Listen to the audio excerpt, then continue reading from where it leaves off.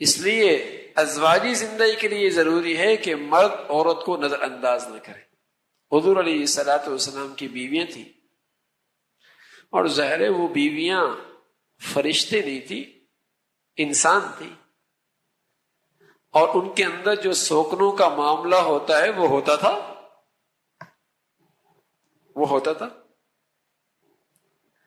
اور حضور علیہ الصلوۃ والسلام کے ساتھ جو عورت بیوی کا معاملہ کبھی کبھی ہوتا، لیکن امی عائشہ صدیقہ رضی اللہ عنہا فرماتی کہ حضور علیہ الصلوۃ والسلام جب بھی تشریف لاتے تو آپ کے چہرے پہ مسکراہٹ ہوا کرتے تھے. نظر انداز نہیں فرمایا، انداز یہ ہوتا تھا. جب ایک خاتون گھر میں انتظار کر رہی ہے اپنے شوہر کی، اور شام کو شوہر آ کے اسے نظر انداز کر دے، تو ظاہر ہے اس کی امیدوں پر کتنی بڑی چوٹ لگے گی، اس کے دل پہ کتنی بڑی چوٹ لگے گی کہ صبح سے وہ انتظار کر رہی ہے اپنی شوہر کی، اور رات کو یا شام کو شوہر آیا اور اسے نظر انداز کر رہا ہے. ایک دن، 2 دن، تو آہستہ آہستہ اس کے نتائج کتنے برے نکلیں گے.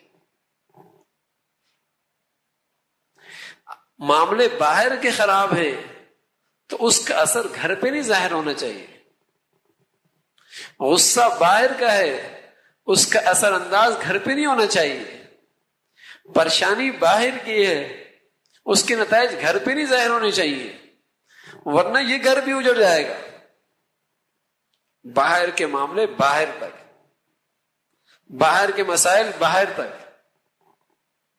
اب گھر کے اندر تو وہ جو عورت بیٹھی ہے، وہ اپنے شوہر کے انتظار میں بیٹھی ہے، وہ توجہ چاہتی ہے، اسے توجہ دی جائے. پھر یہ کہ عورت بھی عورت ہے. عموماً ایک جملہ کہا جاتا ہے یہ تو ٹیڑھی پسلی کی پیدا کر رہا ہے. کہ علماء نے لکھا ہے کہ ٹیڑھی پسلی عورت کے لیے کوئی عیب نہیں ہے. آپ یہ بتائیں کہ ٹیڑھی پسلی ہونا کیا ٹیڑھی پسلی کے لیے عیب ہے؟ کیا خوبی ہے؟ اگر اس ٹیڑھی پسلی کو سیدھا کریں گے تو ٹوٹ جائے گی. اس کے اندر وہ ٹیڑھا پن ہی خوبی ہے، اسی ٹیڑھے پن کے اندر کام آ رہی ہے. تو در حقیقت حضور علیہ الصلوۃ والسلام ایک بات سمجھا رہے کہ اگر مرد یہ چاہے کہ جو میرا مزاج ہے 100% عورت اس مزاج پہ آ جائے، ایسا کبھی نہیں ہوگا. اس کی فطرت اور ہے، تمہاری فطرت اور ہے، اس کا مزاج اور ہے، تمہارا مزاج اور ہے. اب تم چاہو کہ 100/100 میرے مزاج کے مطابق ہو جائے، ایسا کرو گے تو پھر پسلی ٹوٹ جائے گی. یہ مطلب ہے. یہ نہیں کہ اس کے لیے کوئی عیب ہے، عیب نہیں، بلکہ اس کا اپنا مزاج ہے، آپ کا اپنا مزاج ہے. تو اس کی حوصلہ افزائی ہو. ظاہر ہے کوئی چیزیں ایسی بھی ہوتی ہیں جو طبیعت کے خلاف ہوتی ہیں، طبیعت کے خلاف ہوتی ہیں، لیکن بہت ساری ایسی بھی ہوتی ہیں جو طبیعت کے مطابق ہوتی ہیں، ان کی حوصلہ افزائی کرنی چاہیے. ساری دنیا کی تعریف کریں گے، نہیں تعریف کریں گے تو اپنی بیوی کی نہیں کریں گے، حالانکہ وہ بیچاری تعریف ہی کی بھوکی ہے. اگر اس کی تعریف کر دی جائے، عورت کی فطرتی کمزوری ہے، جو جتنی اس کی تعریف کرے گا وہ اتنی اسی کے اوپر گرے گی. اور یہ کام مرد کا تھا کہ مرد اس کی تعریف کرے، اس کی حوصلہ افزائی کرے، تو پھر دیکھیے وہ محبت بھی دے گی. اور اس کا طریقہ یہ ہے کہ ظاہر ہے اس کے اندر کچھ کمیاں بھی ہیں، خوبیاں بھی ہیں، تو اپنی سوچ کو بجائے منفی بنانے کے مثبت بنا کے رکھے،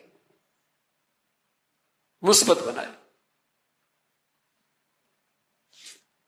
ایک بہت بڑے امام گزرے ہیں، اور اللہ کی شان کے وہ رنگ میں انتہائی سیاہ کہ رات بھی شرمانے لگے، لیکن قرآن بہت اچھا پڑھتے تھے، قرآن بہت اچھا پڑھتے تھے، قاری بہت بڑے تھے. تو باپ نے بیٹی سے پوچھا کہ قرآن بہت اچھا پڑھتے ہیں. تو بچی نے اسی مثبت سوچ کو سامنے رکھ کر کہا ہاں میں اپنا ایمان ان کا قرآن سن کے تازہ کرتی رہوں گی. میری طرف سے اجازت ہے، آپ رشتہ طے کر لیں. اللہ کی شان، عورت اس کو اللہ رب العزت نے حسن و جمال دیا تھا. تو ایک دن دونوں بیٹھے ہوئے تو بیوی کہنے لگی آپ بھی جنتی ہیں میں بھی جنتی ہوں. تو مرد کہنے لگا میں تو جنتی ہوں سمجھ میں آ رہا، اس لیے کہ ایسی نیک سیرت اور خوبصورت بیوی مل گئی، لیکن تم کیسے جنتی ہو؟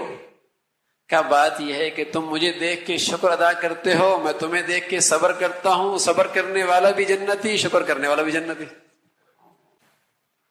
تو اگر مثبت سوچ بن جائے نا تو پھر گھر اجڑا نہیں کرتے، پھر گھر بن جائے.